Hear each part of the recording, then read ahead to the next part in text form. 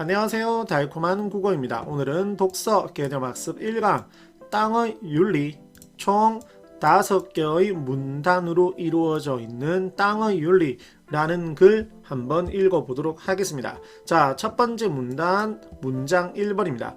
생태학이라는 개념을 처음 사용한 누구? 에른스트 해켈. 기억해야 될 것은 이 사람이 생태학이라는 개념을 처음 사용했다라는 것입니다. 그리고 생태학을 개념을 처음 사용했기 때문에 그 생태학을 동물과 유기적, 무기적, 외부 세계와의 전반적인 관계에 대해 연구하는 학문이라고 하였습니다. 누가? 에른스트 해겔이. 여기까지가 문장 1번이었습니다. 자, 두 번째 문장으로 가겠습니다. 여기까지죠. 알도 레오폴드는 이 생태학이라는 새로운 학문의 입장에서 인간의 윤리 문제를 근본적으로 제고해 본 결과 누가? 알도 레오폴드가 무엇을 했다고? 생태학이라는 새로운 학문의 입장, 이 생태학은 누가? 에른스트 해켈이 새로운 학문의 입장에서 인간의 무엇을 윤리 문제를 무엇했는데 근본적으로 제고해 보았는데 그 결과 인간의 윤리 의식이 개인과 사회의 영역에서 어디가 스타트? 개인과 사회의 영역이 스타트. 어디로? 생태계의 영역으로 확장. 꼭 기억해야 됩니다. 개인과 뭐의 영역에서? 사회의 영역에서 무엇의 영역으로? 생태계의 영역으로 확장되어 왔다고 보았다. 누가? 알도 레오폴드가. 그는 누구겠죠? 알도 레오폴드겠죠. 문장 3번으로 넘어왔습니다. 일생 동안 생태학과 윤리학의 통합을 위해 노력을 하였습니다. 누가? 알도 레오폴드가. 그래서 그가 남긴 모래군의 12달은 책 이름입니다. 환경운동의 고전으로 평가받고 있습니다. 이 책은 당연히 이 책이겠죠. 그 책 안에 어떤 글이 수록되어 있는데 제목이죠. 이 글의 제목이죠. 땅의 윤리에는 생태 중심의 윤리를 주장하는 그의 견해가 체계적으로 집약되어 있습니다. 그러면 당연히 이 글의 제목이기도 한 이 땅의 윤리라는 글에 어떤 내용이 담겨 있는지가 이 문단에 상세하게 나와 있겠죠. 그리고 방금까지 읽었던 1문단의 내용을 이렇게 정리를 하였습니다. 보시고 그 다음 밑에 이 문단으로 가볼게요. 이 글은 땅의 윤리라고 하는 이 글은 트로이 전쟁에서 돌아온 오디세우스의 일화로 시작된답니다. 무슨 일화? 오디세우스의 일화. 가볼까요? 자, 오디세우스는 자신이 집을 비운 동안 전쟁 갔다 왔다라고 했죠. 전쟁 동안 12명의 노예들이 부정한 행위를 했다고 의심하여 한 것도 아니고 무엇을 하여? 의심을 하여 모두 죽여버렸습니다. 여기까지가 문장이. 우리가 기억해야 될 것은 오디세우스가 상식적으로 보았을 때 말이 되지 않는 행위를 했죠. 12명의 노예들이 부정한 행위를 만약에 했다라고 하더라도 죽이는 것은 잘못된 것인데 심지어 의심을 한 겁니다. 실제로 한 것이 아닐 수도 있었죠. 그 다음 세 번째 문장까지 가볼게요. 노예들은 그의 재산에 불과했기 때문에 사람이 아니라 하나의 인격체가 아니라 무엇에 불과했다? 재산에 불과했다. 그래서 노예들을 죽인 그의 행위가 단지 의심에 기인한 것이었다 해도 이렇게 이 표시되어 있는 것은 아까 1문단에서도 그랬었는데 밑에 이렇게 배경지식과 어휘에서 전부 다 설명을 해 놓았으니까 보시면 되겠죠. 노예들을 죽인 그의 행위가 단지 의심에 기인한 것이었다 해도 아까 의심하여라고 했죠. 윤리적으로 문제가 없었습니다. 왜냐? 이유가 여기 있죠. 때문에. 다 지우고 이유로 가볼게요. 노예들은 무엇에 불과했다? 그의 오디세우스의 재산에 불과했기 때문이다. 됐습니까? 자, 4번 문장으로 가볼게요. 재산의 처분은 노예들, 믿기지 않겠지만 노예들이 재산이었습니다. 재산의 처분은 개인의 편의 문제에 해당하므로 옳고 그름을 따질 수 없는 것이기 때문에 윤리적으로 문제가 없었다라는 것입니다. 됐죠? 그 다음 레오폴드는 땅의 윤리라는 책을 쓴 누구는 레오폴드는 이 일화를 통해 당시에는 노예라는 존재가 윤리적 판단의 대상이 아니라 무엇에 불과했다? 재산에 불과했다라는 것입니다. 여기까지가 5번째 문장. 6번째 문장으로 가볼까요? 이후 사회문화적 상황의 변화와 함께 윤리적 판단의 대상에서 인간에 대한 차별적 구분이 사라졌으며, 그러면 생각해야 할 것이 여기 인간에 대한 차별적 구분이 오디세우스 일화에서 나온 것입니다. 그러나 그러한 것이 무엇에 의하여? 사회문화적 상황의 변화에 의하여 사라졌다라는 거죠. 더 나아가 그 대상은 인간을 벗어난 영역으로까지 확장되었다. 즉 차별적 구분이 없어진 것이 인간을 벗어난 영역으로까지 확장되었다라는 겁니다. 문장 6번이었고 7번. 그는 당연히 레오폴드는 이렇게 인간의 윤리의식이 진화해 왔다. 그러니까 오디세우스 1화에서는 좀 부족했죠. 하지만 갈수록 어떻게 되었다? 진화, 발전했다라는 것입니다. 여기까지가 이 문단이었습니다. 정지하셔서 정리 보시면 좋겠죠. 그 다음 그는 지금까지 진화된 모든 윤리에는 하나의 공통된 전제가 있다고 했는데 인간이 상호 의존적인 부분들로 이루어진 공동체의 구성원이라는 것이다. 정리 다시 해볼게요. 문장 1번에서는 공통된 전제가 있다고 레오폴드가 말을 했는데, 그러면 이 공통된 전제가 핵심이겠죠. 무엇이냐? 인간이 상호 의존적인 부분들로 이루어진, 핵심은 상호 의존적인 부분들로 이루어진 공동체 속의 구성원이라는 겁니다. 누가? 인간이. 그러면 이렇게 공동체가 있는데 이 공동체들의 개별적인 대상들은 전부 다 상호 의존적인 관계들을 맺고 있다라는 겁니다. 됐습니까? 그 중에 인간이 들어간다라는 거죠. 됐나요? 그 다음 2번. 이 공동체의 범위를 방금 제가 그린 이 큰 거 공동체의 범위를 토양, 물, 식물과 동물에게까지, 그러면 토양, 물, 식물, 동물, 인간 이렇게죠.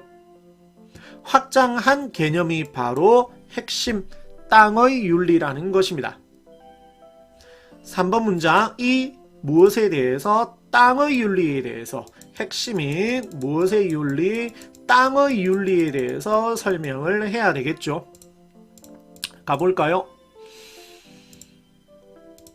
땅의 윤리는 인간의 역할을 생명 공동체의 전복자에서 그것의 평범한 구성원이자 시민으로 변화시키며, 자, 인간의 역할이 무엇이었는데? 정복자였는데 구성원이자 시민으로 변화시켰다라는 거고, 결국 필연적으로 공동체와 공동체 구성원에 대한 존중을 수반했다라는 겁니다. 다시 정리. 정복자에서 무엇으로?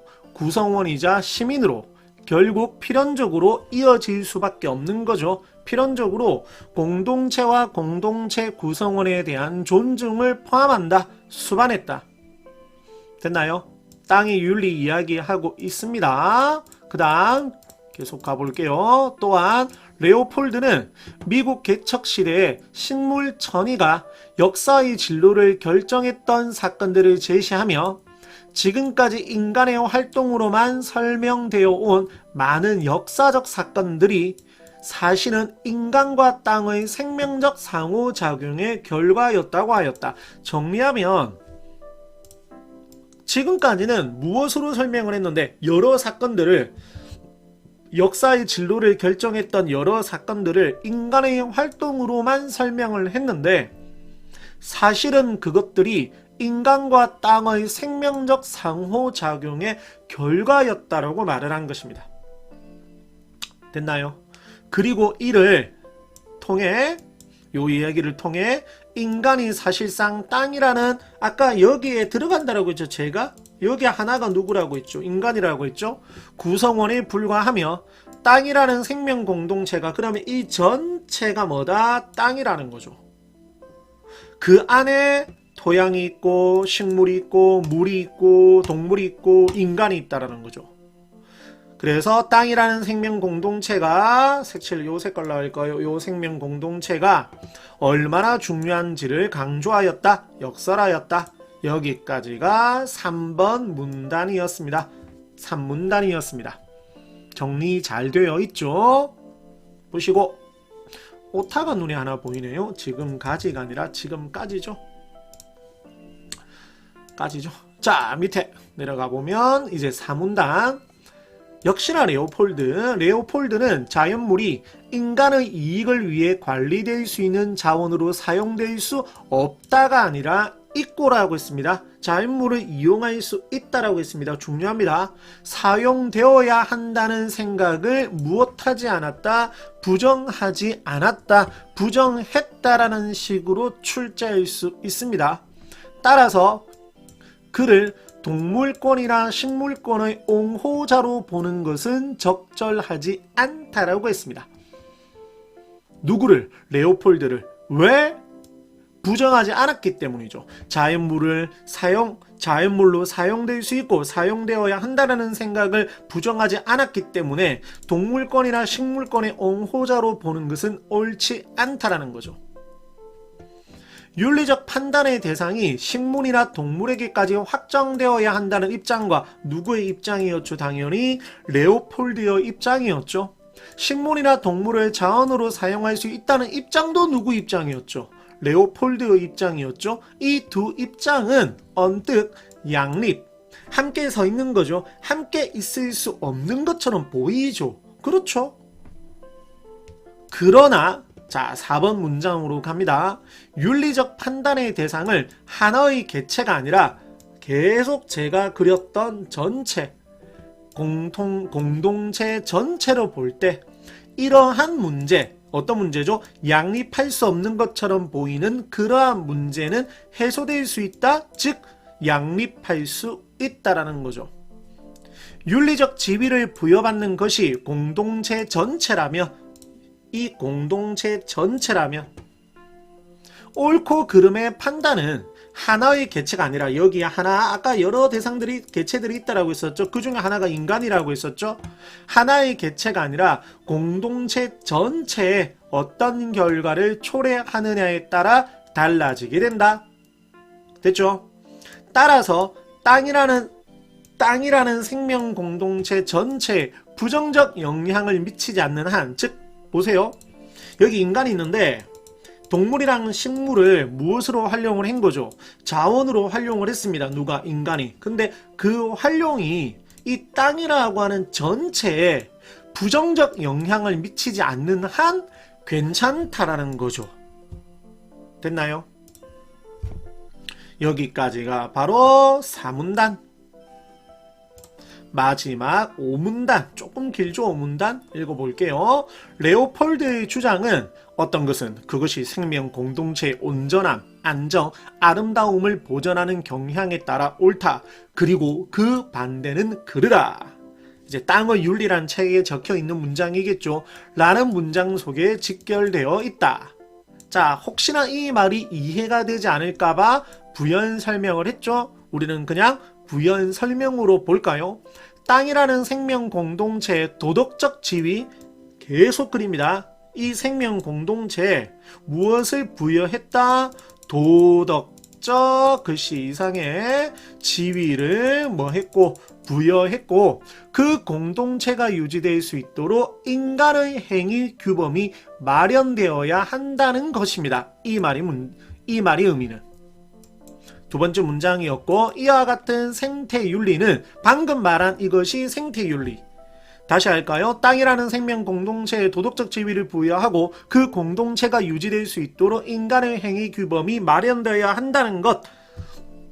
이것이 생태윤리고, 이러한 생태윤리는 사람들의 인식을 전환시킨 획기적인 것이었지만 사실적 판단과 윤리적 판단을 동일시하는 자연주의적 오류를 범하고 있다는 점에서 아주 중요합니다. 어떤 오류를 범했다? 자연주의적 오류.